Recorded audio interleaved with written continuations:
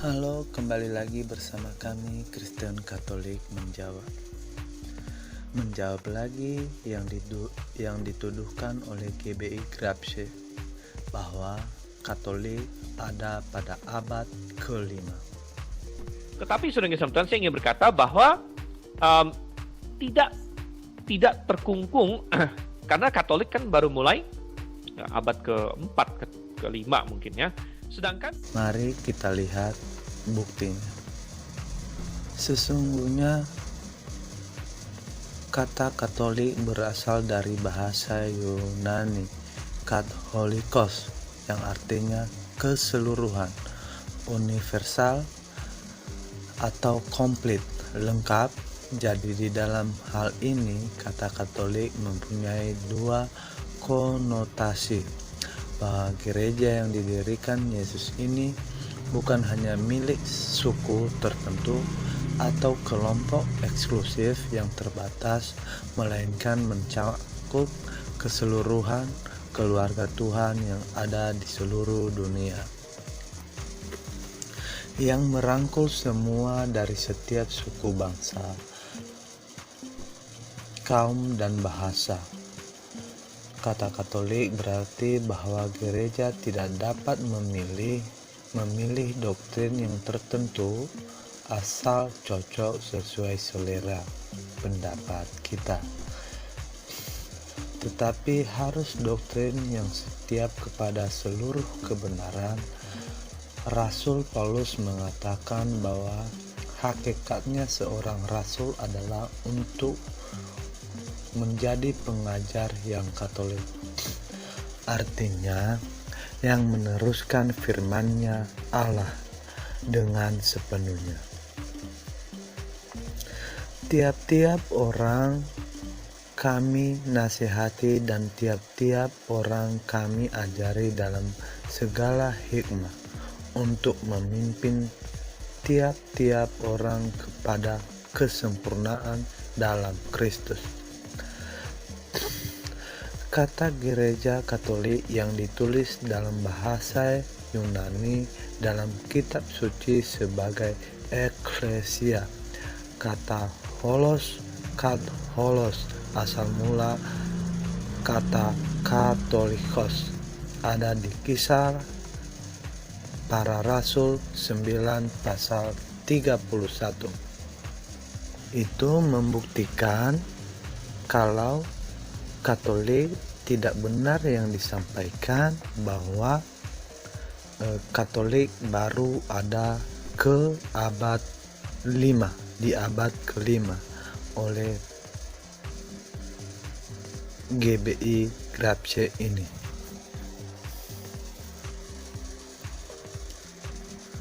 Selama beberapa waktu jemaat di seluruh Yudea dan Galilea dan Samaria berada dalam keadaan damai. Jemaat itu dibangun dan hidup dalam takut akan Tuhan. Jumlahnya makin bertambah besar oleh pertolongan dan penghiburan Roh Kudus. Di sini kata eklesia, kata holos, katholos atau katolikos dalam bahasa Indonesia adalah jemaat. Umat seluruh universal atau gereja Katolik, sehingga kalau ingin terjemahkan secara konsisten, maka Kisah Para Rasul 9 pasal 31 bunyinya adalah: selama beberapa waktu gereja Katolik Yudea, Galilea, dan Samaria berada dalam keadaan damai. Gereja itu dibangun dalam hidup dalam takut akan Tuhan.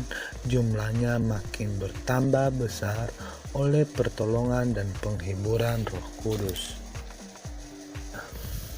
Memang ada bukti lain di samping kitab suci, yaitu tulisan Santo Ignatius dari Antioquia, murid Santo Yohanes Rasul, kepada jemaat di Samaria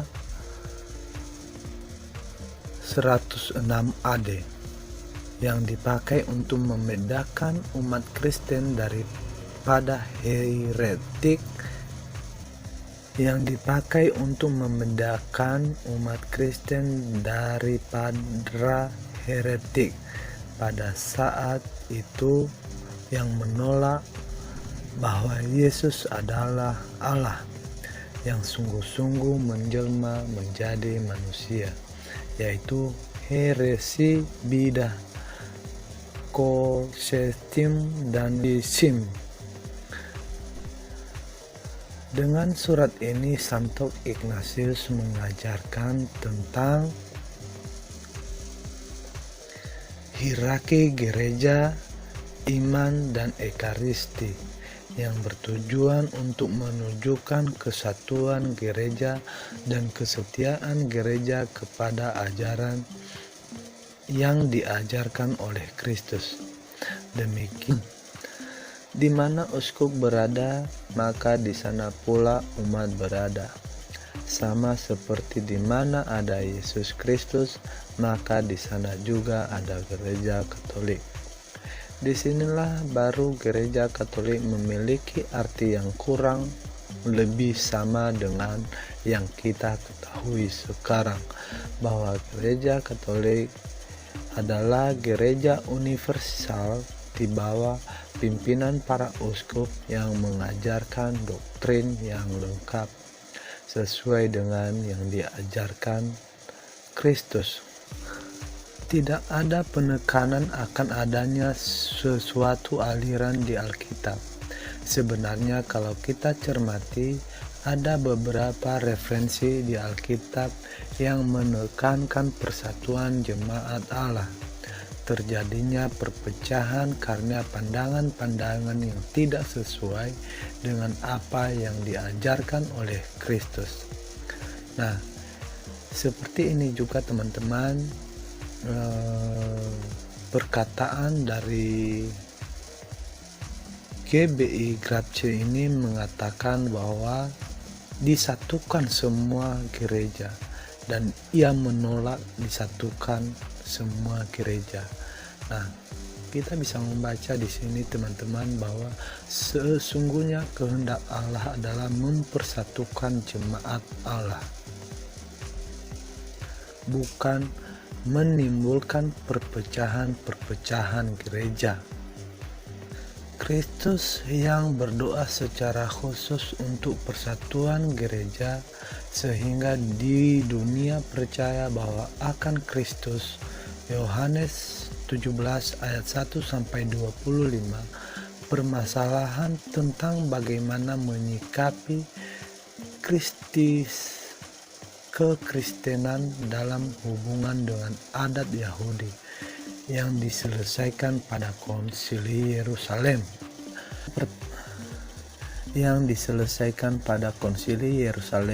Yang pertama, Kisah Para Rasul 15 ayat pasal 1 sampai 21. Santo Petrus mengirimkan surat kepada Timotius untuk berpegang kepada ajaran Kristus. 1 Timotius 4 pasal 1 ayat 3. Itu adalah ayat-ayat yang memang sangat baik untuk mengingatkan kita agar berpegang pada ajaran yang benar dan tidak mengikuti ajaran sesat. Konteks ayat-ayat ini adalah untuk menentang ajaran gnotisism yang pada waktu itu berkembang pada abad awal.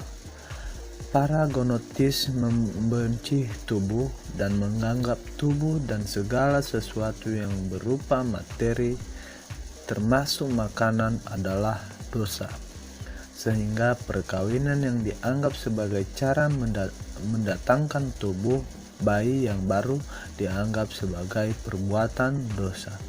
Maka para gnotis membenci perkawinan. Hal itu tentu saja bertentangan dengan ajaran Kristus, karena perkawinan malah dijadikan oleh Kristus sebagai lambang kasihnya kepada gereja. Efesus 5:22 sampai 32. Dari hal tersebut di atas kita melihat ada benih-benih perpecahan yang terjadi pada masa jemaat awal, dan para rasul memberikan penekanan untuk senantiasa bersatu dalam satu jemaat. Bahkan Rasul Paulus bagaimana untuk hidup dalam persatuan sebagai keluarga Allah, yaitu gereja dari Allah yang hidup, tiang penopang dan dasar kebenaran.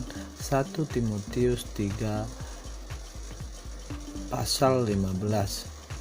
Jadi banyaknya gereja-gereja sekarang ada yang mengajarkan doktrin yang berbeda-beda, tidak menjawab doa Yesus, seperti yang dikatakan Yohanes 17. Salah satu cara untuk mensyukuri apakah benar-benar doktrin dari suatu gereja berasal dari Kristus adalah dengan melihat perkembangan secara organik. Kardinal Newman dalam bukunya The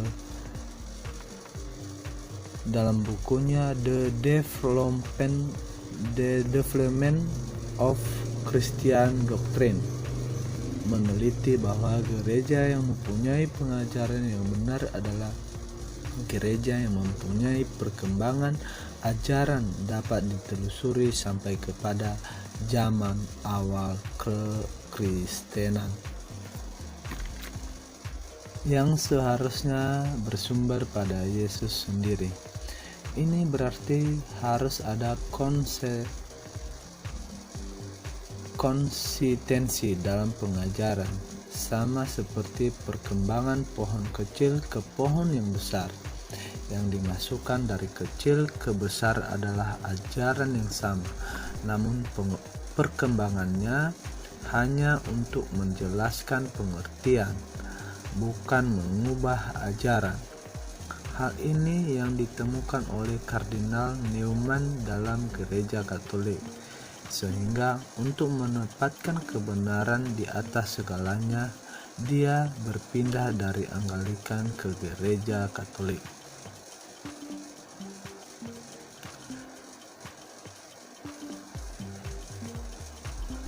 Cobalah Samuel double presidensian, atau sekali selamat pasti selamat, dan kemudian cobalah untuk menelusuri perkembangan doktrin tersebut. Apakah yang dikatakan oleh Alkitab, Yesus, Rasul Paulus, Rasul Petrus, dan lain-lain? Bagaimana Bapak Gereja mengatakan hal tersebut? Karena tidak mungkin sebuah doktrin yang ada dari awal kemudian menjadi tidak ada dan menjadi ada lagi. Di dalam teologi, doktrin yang satu berpegang pada doktrin yang lain yang telah ada. Sebuah doktrin yang merupakan suatu penemuan tiba-tiba dan tidak dapat ditelusuri perkembangannya, bukan merupakan suatu perkembangan doktrin yang bersifat otentik dan organik, seperti yang dikatakan oleh Kardinal Newman atas tuduhan GBI Grapse. Untuk semoga pesan ini sampai kepada mereka, karena sangat penting kita mencapai semua orang. Terima kasih.